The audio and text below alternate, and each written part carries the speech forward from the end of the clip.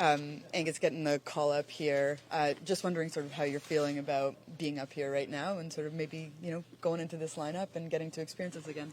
Yeah, excited. I mean, you want to play in the NHL, right? You don't want to be playing the American League. So any day you can be here, it's great, and hopefully I can show myself. And when you talk about show your stuff, like how do you feel that you fit in from what you know about this team? Yeah, just try to be as competitive as possible, turn pucks over, be hard on the forecheck, be a bit of a rat, and hang out around the net. When it comes to being in Utica, what did you like maybe most that has, been the reason why you get the call up here? Yeah, I think just my teammates and coaches. I mean, coaches have really kind of helped me kind of fine-tune a couple details within my game, and obviously my teammates, I get to play with some pretty good players down there, so it's a kudos to them as well. You have a couple of NHL games under your belt when you were with Ottawa. How, important are sort of each little experience that you get as you head in and wanting to make an impression, right? Yeah, exactly. I mean, this is my first time here with Jersey, so it's a new chance for me to make an impression, obviously. So try to make it a good one and just trust myself. I'm here for a reason. A while back, Connor Bedard said you'd be a great running back. What was your thoughts about that? You know what? It's a great question. I don't really know. I can't say I have a proper answer for that one. Thanks. Bratt coming in this morning, obviously a couple changes to the forward groups. I think, as a team, I think you guys want to be generating a little bit more offensively. For you personally, and, it's something we kind of have to talk about, like, where are you feeling your game is at right now offensively? Because you're getting those chances, but those little inches, right? Yeah, I mean, like you said, I feel like we're creating. I'm on the ice. I feel like I'm taking teammates to some good spots. I feel like I'm setting myself up to some chances to score and to create goals for the team. And puck doesn't really want to bounce in for me right now, and it's nothing really to do about it other than just keep working, keep shooting, and then all of a sudden the puck is going to go in. If you keep creating it, can't stay like that for a whole long season. So I'm just focusing on the next day, try to help the team score by myself scoring or setting up teammates. Is that a thing where you can't think about it too much so that it sort of comes naturally? I mean, I think you definitely think about it because you're a competitor, so Yeah. you want to get better, you want to find ways to score more, and so it's definitely on your mind, but then it's just depending on how you take it. Are you going to go and think about it in a negative way all the time, or are you going to work on it and try to find ways to score instead? So I think it's not always a negative to have it on your mind, because that's the competitive instinct to try to get through it and find a way to get through it, and that's what I'm trying to do. What about the makeup of your line tonight with Pally and Merce, and maybe what can sort of be generated there from you guys? Yeah, it sounds good. I'm excited. I mean, it's definitely two players I've played with before, and they're not. It's not two new line mates or anything like that, and I mean, they're two great individual players that I know can make our line better. I mean, Merce has been showing off this season with his shot and his scoring ability to score goals and be responsible, and Pally, same way there. Like, he's extremely hard worker, wins battles, knows how to play in O-zone to keep pucks alive and stuff like that. And for me there, it's just going to try to bring my game to transport the puck to the neutral zone and create time and space and get pucks into the net to create second and third opportunities and stuff like that. So I think it's good for a shake-up, and it could be good for matchups as well. The Vegas Golden Knights are a big sort of heavy team. How do you guys combat that? Not that you don't have that on your own team, but they really, have that on every line. I mean, they play a similar game as Dallas. They don't give you a lot on the inside. They're good structured team.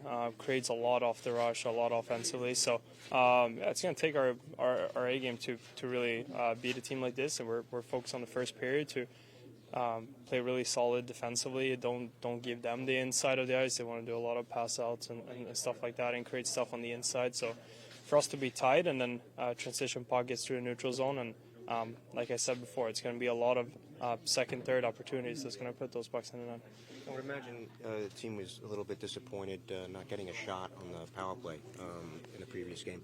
What needs to change, if anything at all, Jesper, to maybe generate more on the power play? And it's been good this year, but last game was kind of like I don't know how you want to describe it, but it was... I think it was just like a little bit that sometimes the game you try a little too much, and once you get the puck under control, you don't want to take any risks for them to just get a block on a shot and then puck goes the other way. But I think this morning, we had a good meeting about it. We all know what needs to happen and how we play when we're successful. We play fast, we get pucks to the net, we win pucks back, we play against tired people. That's just kind of the normal stuff that every team is talking about. And I think yesterday or last game was just kind of a game where we just weren't sharp enough.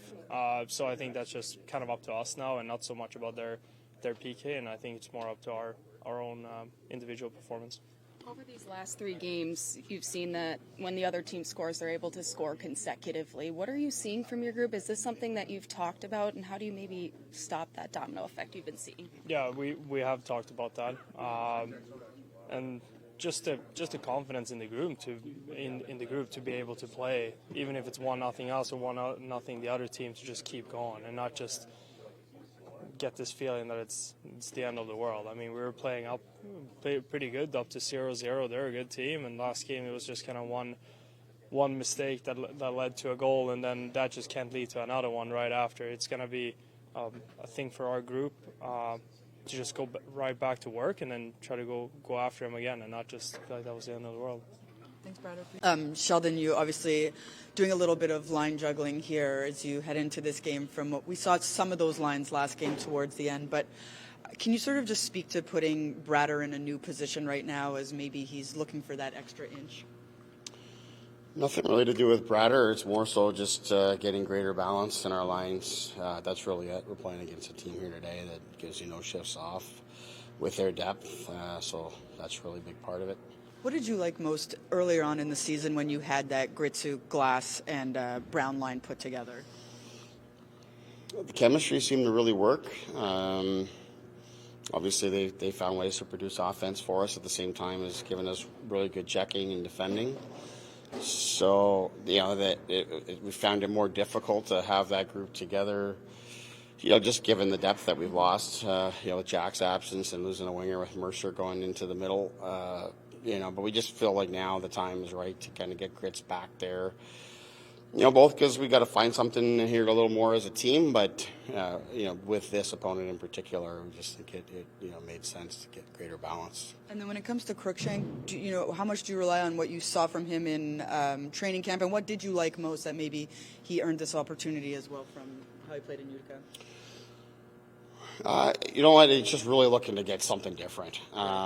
He's played in the league before. He has scored some goals in the league before.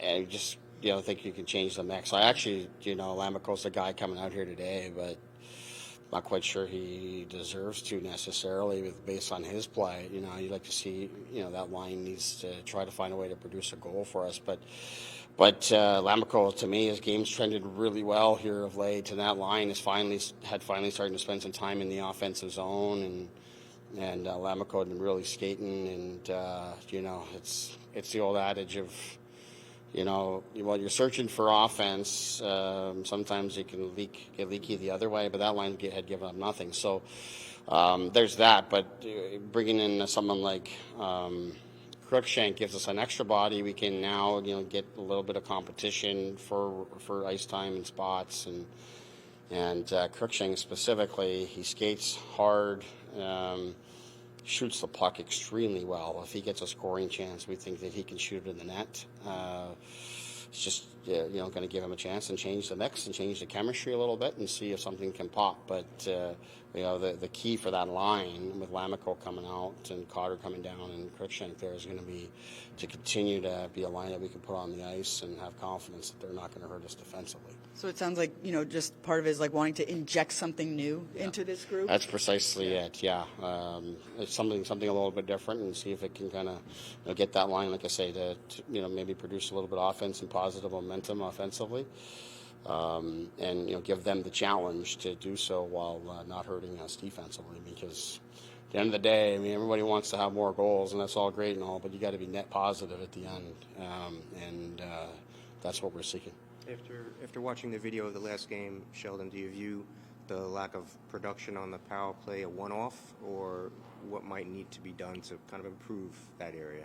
Yeah, I'd see it as a one-off. We scored 2 goals the game just prior to that. So, Jeremy spends time on the power play, but that's the least of our concerns is the power play. That's been the driver of our team really all season. So,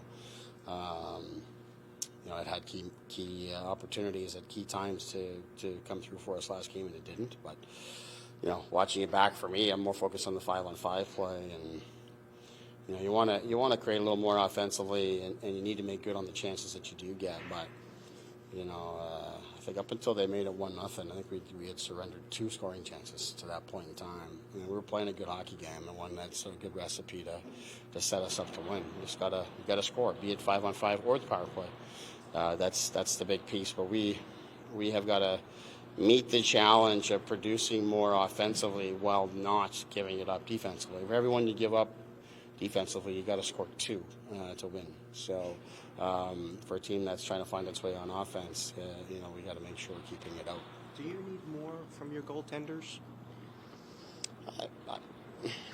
I mean, we need more from everybody. When you're trying to find your way out of it and get your game back going, everybody needs to step up. So I don't think there's any one player I'd say we're getting everything we can out of. We need we're getting lots of offense from from Nico and Timo, and Bratter's been he's been a driver of it all. I know he'd like to get something in the net himself, but he's making a lot of other people look really good with how he's playing.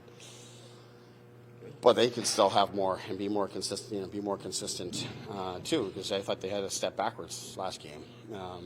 So when it comes to goaltending, we can use a great goaltending performance every single night. But again, like I referenced with the power play, there's bigger issues for us that we gotta focus on. I know you touched on it a little bit in the post game, but when you see these goals kind of consecutively rack up for the other team, when you look at the tape over the last 3 games, is it just more of a confidence thing, or are there tangible things that you're seeing that need to kind of shift to end that domino? Yeah, I think it's a confidence thing. It's an emotion thing. It's a focus thing. Like I said, we can go through long periods of time with giving up virtually nothing, to then having big breakdowns that lead to grade A chances for their best players. That's disappointing, and it's you make one mistake, sure, but you gotta make sure that the next shift or the next few shifts that you're back to being clean and stay with it and stay focused. But that's the difference between great teams and teams that are trying to figure it out. And right now we're trying to figure it out. To confirm, are you switching Cholowski and White tonight? Was that? Are you switching Cholowski and White? We are, yes. And similar to Lamico for Crookshank, it's just a matter of changing the mix. I don't think, since Cholowski came back in, I think he's been fine. But Whitey's played well too, and didn't necessarily deserve to come out based on his own performance. But you're just trying to, change the mix a little bit. And for today, that's what we'll do. But this is a busy stretch, and having more bodies here, we're probably going to have to use guys. Our game the other night was our 9th game in 16 days. Today's 10 and 18. And tomorrow's 11 and 19. So it's a busy time. So I think, as I referenced earlier, for guys who aren't used to playing every day in the NHL, it becomes even more challenging. So using the bodies is good. And then, if we can get some of these guys that come into the lineup to give us great performances, well, then now you've got the ammunition to start holding some other people to a higher standard and expectation, and maybe they start to lose some of their opportunities. Back to Markey tonight? Markey tonight, yeah.